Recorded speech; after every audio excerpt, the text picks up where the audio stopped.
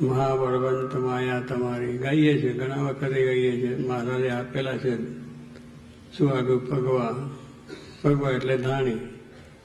મહારાજ રાજી થયા. ફૂલદોલનો ઉત્સવ થયા પછી કે માગો તો બધા ગુજરાતની ઉત્તર ગુજરાતના ભાઈઓ હતા, એમને આ વસ્તુ માગી બધી મહારાજ પાસે. એ ભગવાન કહે તારે એની પાસે શું માગવું?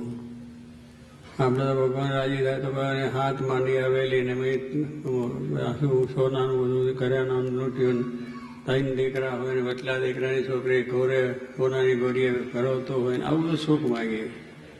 કારણ કે આપણે આ દેહનો ભાવ છે ને એટલે દેહની રીતે જ માગી લઈએ છીએ અને એ જ રીતે જ આપણે માગવાનું રહે.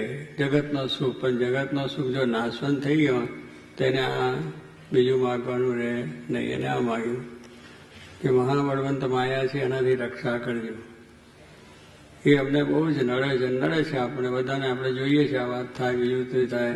ચૂરમાના લાડુ ખાઈએ છીએ અને ઘીના ચોખ્ખા લાડુ ખાઈએ છીએ અને ચોખ્ખી વાતો સંભળાય છે અને અનાદિથી ચાલ્યું આવ્યું છે, પણ પચતું નથી આપણને. પચવું જોઈએ એ મોટી વસ્તુ છે. પછી આ વાત જો સ્વાય જીવમાં ઉતરી જાય તો પછી આ બધી જ કોઈ માયાની જગતને આ અહમ ને મમત્વ મારું તારું તું આવન તું પેલો આવન પેલો આ બધું રહેતું જ નથી.